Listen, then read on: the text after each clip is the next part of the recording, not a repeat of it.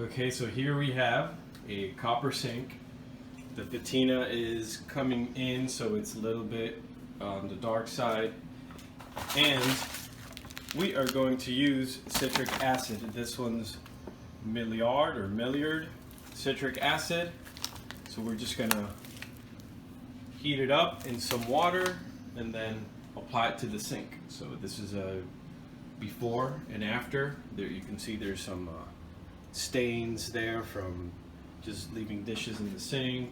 There's some clear spots from probably mayo on utensils. And okay, so let's see how it shines up. Here we have the citric acid. We heated up the water, and the citric acid, sorry we don't have footage of that, but the citric acid evaporated or mixed into the hot water.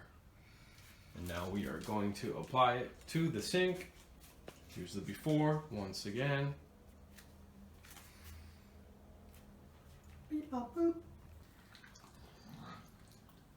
And this is sink modification level 1.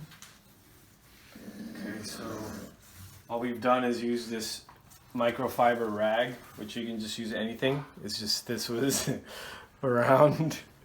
And yeah, and we've just wiped it. I'm not even using elbow grease. I'm just sort of just wiping.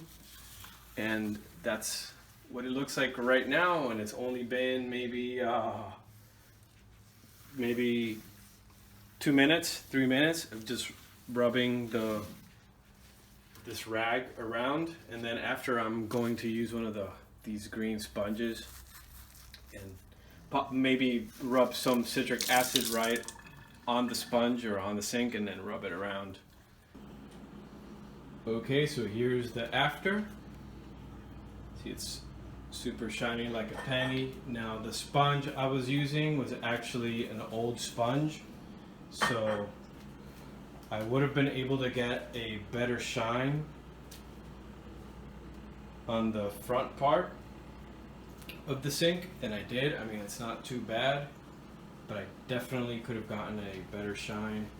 The inside, sorry, the lighting is bad, but the inside is nice and shiny. It's a big difference between the before and after on this. And yeah, I mean, if you have a copper sink and you want to clean it, I was very generous with the citric acid. So yeah, just use a new sponge, or like a coarse sponge, a good rough sponge, and yeah, and, citric acid.